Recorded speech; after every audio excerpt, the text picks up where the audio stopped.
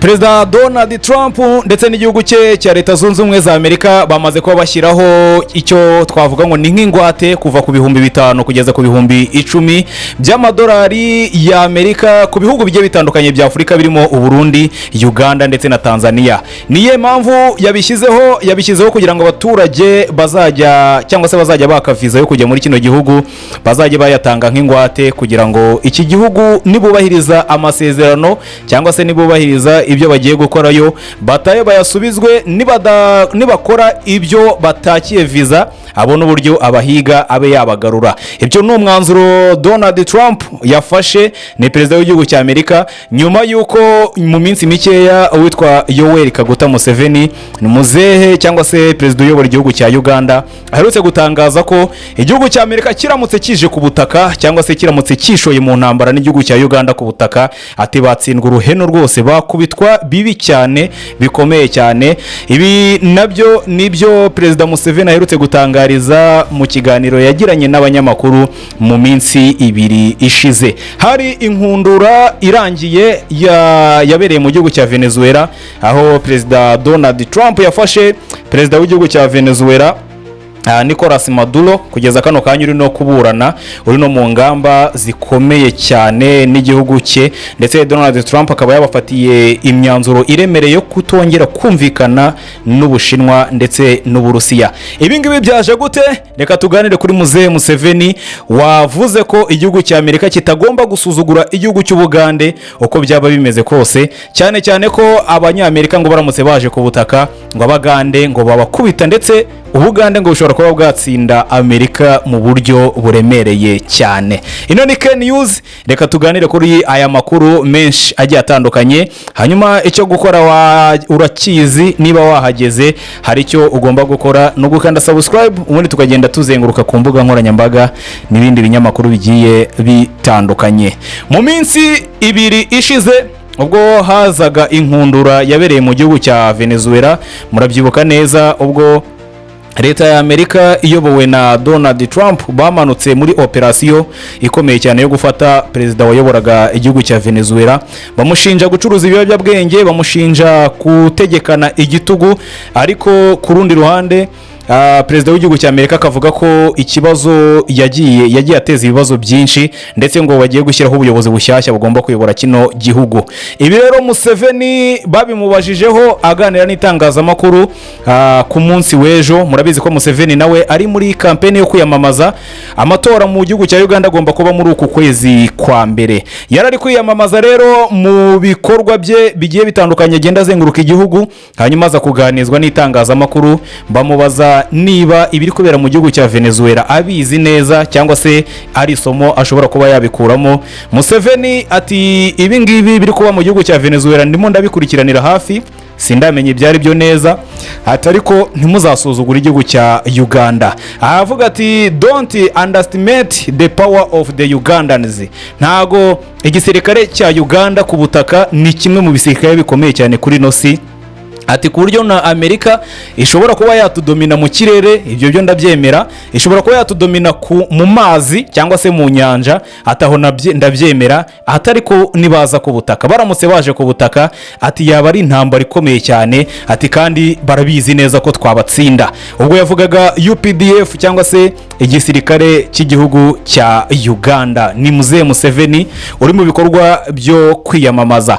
Abasesenguzi benshi bati ese Museveni ibyo avuga arabizi, afite igisirikare gikomeye ku buryo yatsinda umunyamerika baje ku butaka. Bamwe bakabyemeza, abandi bati ibyo Museveni avuga ni ukwigiza nkana cyangwa se ni ukwihamya, bya bindi tuvuga ngo byo kwihamya. Ariko abasesenguzi benshi bagiye batandukanye bavuga ko ibi ngibi Museveni avuga bisa nkaho ari byo cyane. Ati ingabo akenshi zo mu burengerazuba bw'isi, ubwo ni ibihugu by'Uburayi ndetse na Amerika, ati ku ntambara ibera hasi ku butaka mu mashyamba cyangwa mu butayu, ati bakunda kuzitsindwa cyane, ati n'ikimenyimenyi muzarebe muri izangabo zijya kubungabunga amahoro hirya no hino ku isi, akenshi na kenshi bashyiramo ingabo ziva ku mugabane wa Afurika yewe no muri Aziya, ariko Aziya y'amajyepfo. Ati kubera ko aba bantu b'abazungu basa nkaho batazi kurwanira ku butaka cyane, atariko nanone mu kirere ndetse no mu nyanja ati barakomeye cyane. Niki cyatumye Museveni avuga bino, cyangwa se niki cyatumye Museveni aba yavuga ku kijyanye na Amerika? Murabizi ko Museveni ni umwe mu bagabo batajya barya indimi, cyane cyane ko ari mu myaka ye ya nyuma y'ubuzima bwe. Umusaza ugeze mu myaka 81 aba ari mu myaka ya nyuma cyane. Murabizi ko gupfa kuzuza 100 muri no minsi bigoye. Hanyuma nyuma yaho hasohotse itangazo riremereye cyane ryavuye ku buyobozi bwa Leta Zunze Ubumwe za Amerika, bati igihugu cy'u Burundi ndetse n'Ubugande yewe na Tanzania ni ibihugu birenga 30 ku isi byose uwitwa Donald Trump, perezida w'igihugu cya Leta Zunze Ubumwe za Amerika, yamaze kuba afatira ingamba zikomeye. Muti ingamba zimeze gute? Kuki zigeze ku Bagande ndetse n'Abarundi? Ibi ni ibihugu akenshi ashinja ko birimo ubutegetsi bubi, ndetse ngo hakaba harimo inzara, yewe hakaba harimo n'ubukene buhambaye, hakaba harimo n'abaturage batitwara neza mu by'ukuri, ngo akabatekereza ko baza kumuteza ibibazo mu gihugu ayobora kugeza kano kanya. Perezida Donald Trump rero akaba yashyizeho cyangwa se yategetse ko bagomba gutanga ingwate iri hagati y'ibihumbi 5 kugeza ku bihumbi 15 by'amadolari ku bihugu 30 ku isi birimo Bugande, Tanzania ndetse n'u Burundi. Ati abaturage babyo bashaka visa yo kuza muri Amerika, ati ingwate igomba kuba yatangwa. Ati kandi ino ngwate ntisimbura amafaranga asanzwe atangwa kuri visa, atariko bigomba kubahiriza amabwiriza y'abinjira n'abasohoka. Uzajyaza akinjira akubahiriza amabwiriza neza, akinjira kongera agasohoka neza, agasubira iyo yaturutse, ati amafaranga y'ingwate azajya yasubizwa. Hanyuma utazajya abikora, leta izagirwana cyangwa se izagikora ibishoboka byose mu kumuhiga. Uyu ni umwanzuro ukomeye cyane Leta Zunze Ubumwe za Amerika zafatiye bino bihugu birenga 30 ku isi birimo Uburundi, Ubugande cyangwa se Uganda ndetse na Tanzania.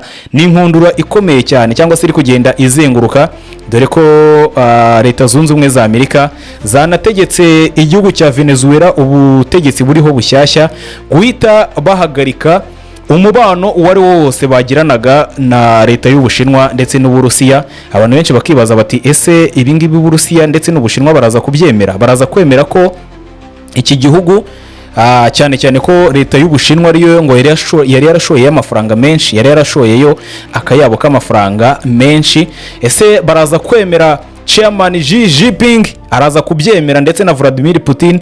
Ese baraza kwemera ko Venezuela isesa amasezerano yose yari yaragiranye na bino bihugu? Muri kino gitondo nibwo perezida ubwe Donald J. Trump yashyize hanze itangazo avuga ati ngiye nshaka kubamenyesha ko ati igihugu cya Venezuela turaza kugishyiraho ubuyobozi bushyashya, ndetse bakaza kuba basohora peteroli nziza cyane ingana na n'utugunguru 30 kugeza kuri 50. Ati hanyuma ibihano byari byarashyizweho biraza gukurwaho, ndetse leta ya Amerika iraza gufata iya mbere mu kwicururiza iyo peteroli ubwayo, kugira ngo amafaranga avuyemo agirira akamaro abaturage ba Venezuela yewe n'abaturage ba Amerika muri rusange. Iryo ni itangazo perezida Donald J. Trump yashyize ku mbuga nkoranyambaga, avuga ko araza kuvugana na sekreteri we ushinzwe ibikorwa by'ingufu witwa Chris Wirt mu bijyanye no kubahiriza uno mugambi wo gucuruza ndetse no kugeza ku isoko zino peteroli ndetse n'amavuta ava mu gihugu cya Venezuela. Ibi rero bikomeje kugenda bizenguruka cyane ku mbuga nkoranyambaga, ndetse abantu benshi bavuga bati Muze Museveni ashobora kuba yatinyuye bamwe mu bageramiwe cyane cyane ababa muri Amerika y'Epfo, ku mugabane wa Amerika y'Epfo, bavuga ko bafite ubwoba ko Trump ashobora kuba yabateranaho akaba yakoraho ubuyobozi bwaho. Ati Muze Museveni Museveni ashobora kuba yabatinyuye akavuga ati mwihagarareho ku butaka ntago bakomeye, dushobora kuba twarebana nabo mu maso tukaba twabatsinda. Ati icyo nicyo nagenda mbabwira. Ibyo rero ni kugenda bizenguruka ku mbuga nkoranyambaga, nanjye reka mbashimire cyane, mbifurize gukomeza kunogerwa na gahunda zose mugiye muherereyemo cyane. Ino ni Ken News, kora subscribe, like, hanyuma dukomeze tuzenguruke ku mbuga nkoranyambaga n'ibitangazamakuru bigiye bitandukanye.